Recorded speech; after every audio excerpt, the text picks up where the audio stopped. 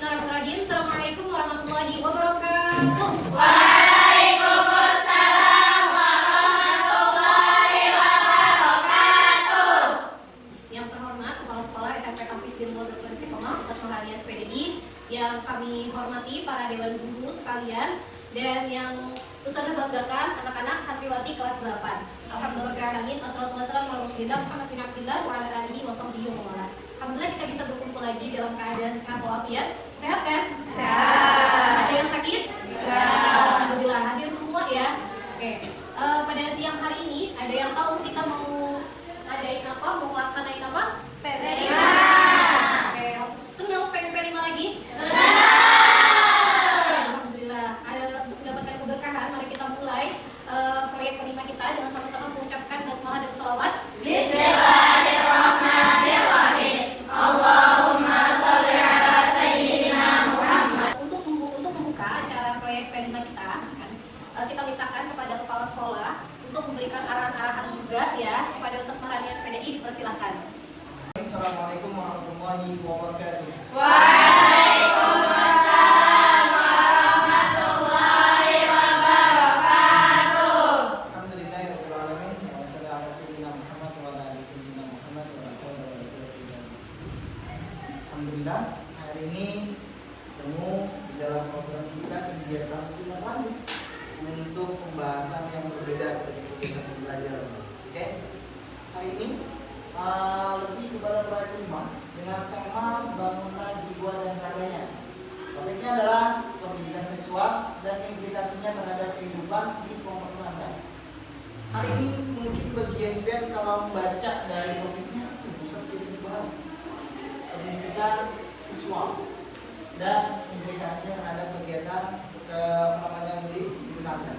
Wassalamualaikum warahmatullahi wabarakatuh. Waalaikumsalam warahmatullahi wabarakatuh. Tadi sudah dibuka oleh Ustaz Nurhani gitu kan, juga diberikan semangat dan penguatan oleh beliau. Mudah-mudahan sampai beberapa minggu ke depannya dalam proyek ini kita bisa melaksanakan dengan sebaik-baiknya. Nah, sebelum kita mulai di tahap pertama, Ustazah pengen tahu dulu apa sih yang dirasakan pada siang hari ini. Ada yang happy kah? Ada yang kamu itu tuh kayak tenang ya? Curious itu dia kayak penasaran, kita penasaran mau bahas apa. Kalau Silly itu apa ya Silly ya? Silly itu kayak apa? Kayak bingung, kayak bingung gitu. Nah kalau excited dia tahu semua kan, berarti kayak semangat gitu kan. Float itu bangga apa ya? Confident, percaya diri. Ini kayaknya anak bisa nih buat semangat nih buat anunya. Coba bisa dirasa-rasa sendiri. Ada yang happy coba angkat tangan. Oh, dua aja. Yang kau, wih. Yang curious, wih banyak nih alhamdulillah. Terus kalau yang confident, wah cuma satu yang confident. Oke. Sebelumnya bisa diperhatikan ya video setelah ini. Dulu pernah berpikir sex education, salah satu hal yang mempengaruhi adalah adanya stigma buruk tentang sex education. Contohnya, seringkali sex education dianggap menuntut anak-anak mereka untuk melakukan hal seksual di luar nikah. Ada juga yang mengatakan kalau sex education sama dengan pelajaran IPA dan SMK dari SMA tentang sistem reproduksi. Padahal sebenarnya sex education bukan cuma soal Ya, nonton videonya. Sekarang saya pengen kalian, ini kan grupnya pas nih bertiga. Jadi diskusi, saling menceritakan kira-kira bagian mana atau hal mana yang paling menarik, informasi mana yang bikin kalian tertarik dan kalian baru tahu. Sudah habis ya, 5 menitnya nggak berasa ya. Jadi saya minta tolong nih sama Alfia, yang tadi semangat banget di kelompok sini cerita-ceritanya. Coba ceritain tadi apa kata Devi, apa sih bagian scene yang paling menarik di video tadi tentang apa? Menurut Ana yang paling menarik, dikira Ana tuh sex education itu cuma buat belajar tentang reproduksi gitu aja. Ternyata itu tuh juga buat ngerawat diri gitu. Oh iya, beri tepuk tangan dulu ya buat Alfia ya. Ini video berikutnya ya.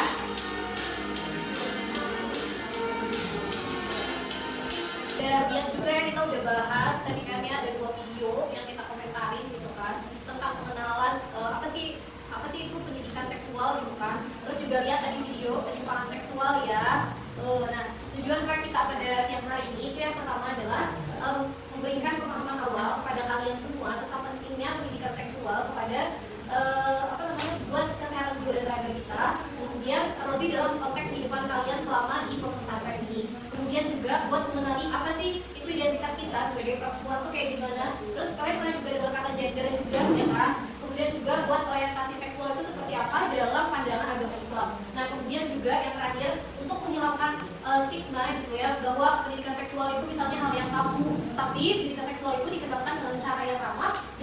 kreatif gitu kan, serta memunculkan keberagaman khususnya di pondok pesantren ya.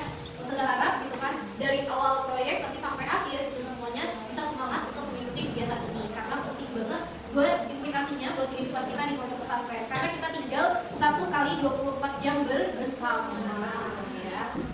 Bismillahirrahmanirrahim. Nisa'ukum lakum fa'tuhasakum anna syi'tum wa qaddimu li anfusikum wattaqullaha wa'lamu annakum mulaqu. Jadi udah dijelaskan dalam Al-Qur'an tentang pendidikan seksual ini itu dibahas secara eksplisit. Eksplisit itu artinya secara jelas. Nah, salah satunya adalah dalam Quran surah Al-Baqarah ayat 223 gitu kan, yang menunjukkan bagaimana proses bercocok tanam lagi bukan, maksudnya hubungan suami istri yang dijelaskan secara gamblang, cara-caranya itu sama Al-Quran. Nah, berarti itu adalah pertanda kalau pendidikan seksual itu harus dijelaskan secara eksplisit, harus secara gamblang. Kenapa? Kita mengikuti Al-Quran. Nah, tadi sudah jelaskan bagaimana pandangan agama Islam terhadap pendidikan seksual ini. Nah, kita sebagai seorang muslim yang moderat, sebagai yang melaksanakan moderasi beragama dalam kehidupan sehari-hari, maka tidaklah gitu akan menyalahi daripada perbuatan yang seperti tadi yang video tadi, ada penyimpangan seksual, apa yang kita kenal dengan istilah LGBT ya, lesbi, gay, biseksual, transgender dan lain sebagainya, ataupun benih-benihnya. Karena kan di pondok pesantren biasanya cenderung menganggap hal-hal yang itu sudah tidak wajar lagi, tetapi sebagai hal yang biasa, padahal itu hal yang tidak wajar. Maka hal tersebut bertentangan dengan prinsip moderasi beragama, di mana orang yang berpikir moderat maka dia akan melaksanakan Islam itu secara sempurna, secara kafah, tidak walaupun dia di tengah-tengah, tapi tidak liberal atau terlalu bebas, dan juga tidak terlalu radikal atau terlalu ekstrim gitu, tapi mempertahankan hak dan martabat dirinya sesuai dengan yang sudah kita ketentuan agama Islam yang kita pelajari. Rangkaian kegiatan kita udah selesai. Nah, sebelumnya sudah ada punya permainan benar atau salah ya. Tadi kan catatannya boleh dibuka juga nggak apa-apa. Habis ini ada beberapa pernyataan yang Ustazah buat, kalian jawab benar atau salah ya terkait hal ini. Siap ya? Siap. Oke. Pernyataan pertama, gender dan jenis kelamin adalah hal yang sama, benar atau salah? Benar. Islam menghormati semua manusia tanpa memandang gender atau identitas mereka, benar atau salah? Benar. Terus yang ketiga, Islam membolehkan seseorang mengubah jenis kelaminnya jika merasa tidak nyaman dengan tubuhnya. Salah. Dan yang terakhir, Islam menghormati yang terakhir, laki-laki dan perempuan memiliki kedudukan yang setara di hadapan Allah, tetapi perannya dapat berbeda sesuai kodratnya. Kalau ini benar. Yakin? Iya. Oke, benar ya jawabannya ya. Oke, alhamdulillah kita beri tepuk tangan dulu buat kalian semua. Siap ya, nanti hari esok kita tunggu buat tahap kedua gitu ya. Nanti ada kejutan juga, nanti kita bisa lihat sama-sama. Sebelumnya kita akhiri dulu dengan membaca doa kafaratul majelis. Subhanallahumma wa bihamdika, asyhadu an la ilaha illa anta, astaghfiruka warahmatullahi wabarakatuh.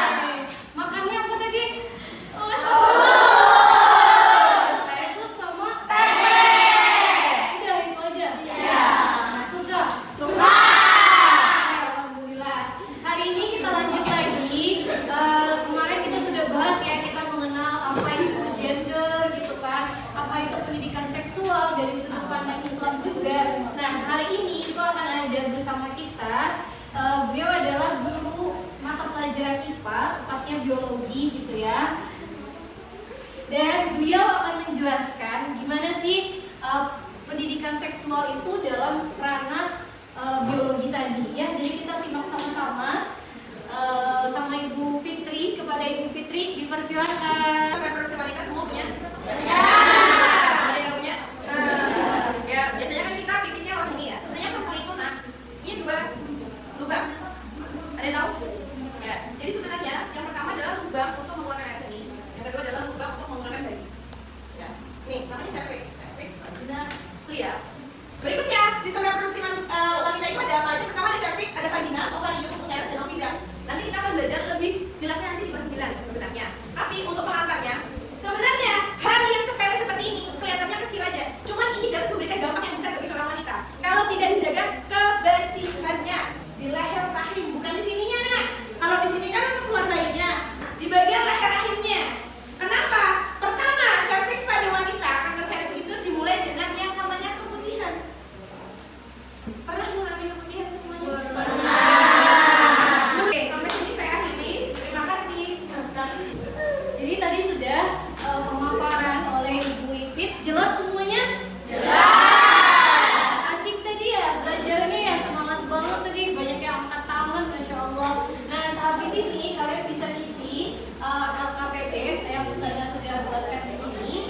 Jadi apa aja sih yang kalian isi? Itu yang pertama, apa yang bakalan kalian lakukan setelah mengetahui gimana tadi cara membersihkan vagina ketika selesai buang air kecil atau buang air besar gitu kan. Selama ini tuh apa yang dilakukan dan berarti yang sudah salah-salah tadi jangan dilakukan lagi. Nah, terus juga sama kesimpulan materi yang sudah disampaikan oleh Ibu Ipit tadi juga kalian tuliskan di sini ya. Bismillahirrahmanirrahim. Assalamualaikum warahmatullahi wabarakatuh. Waalaikumsalam warahmatullahi wabarakatuh.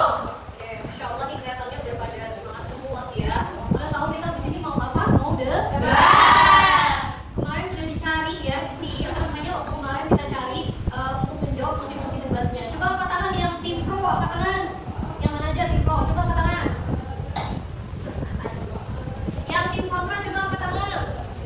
Oke, alhamdulillah. Nah, sehabis ini gitu ya, Ibu Kiki sebagai guru bahasa Indonesia akan menjelaskan tentang tata cara debat yang benar itu seperti apa. Kemarin kan kalian sudah cari argumennya dari musik yang sudah disediakan. Nah, Di sini gua akan menjelaskan aturan permainan debat atau diskusi ya. Nah, yang pertama kita sudah tahu di dalam debat itu ada tim pro dan tim kontra. Bagian tim pro ya, ini tim kontra. Oke, tugaskan dulu. Jadi dalam debat itu nanti akan ada moderatornya, ya.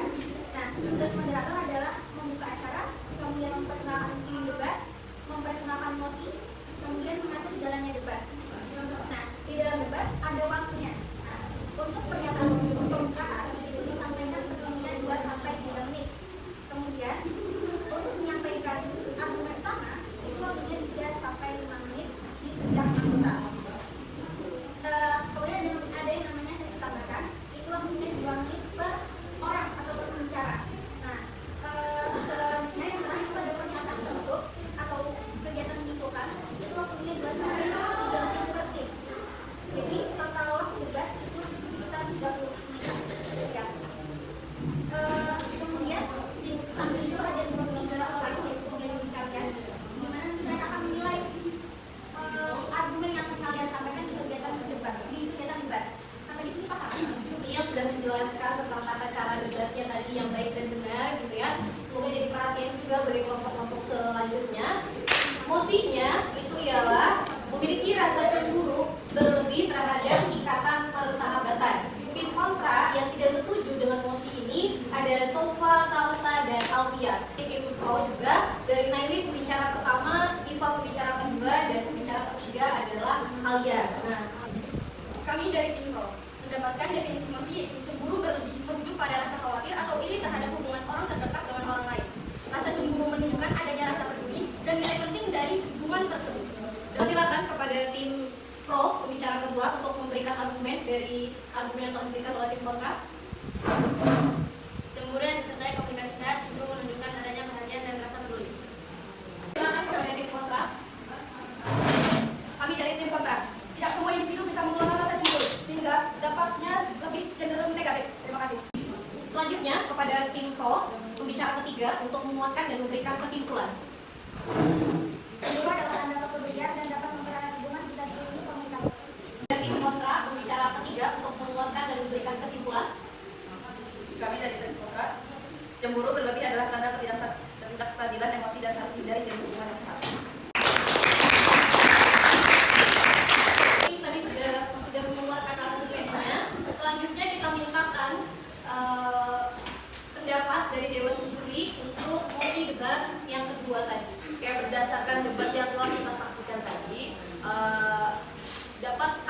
sebagai seorang dewan juri, debat tersebut sudah bagus, sangat luar biasa, dan argumen-argumen yang kalian ungkapkan itu sudah tertuju ya pada emosi ya, sangat luar biasa. Berikan tepuk tangan.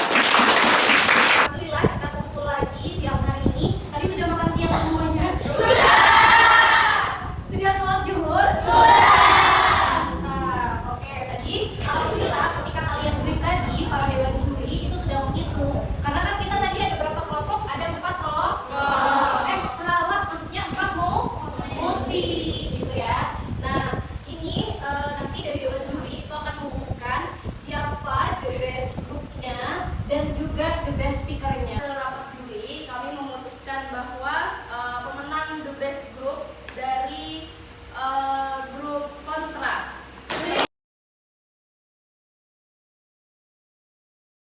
The best speaker itu ada Naini.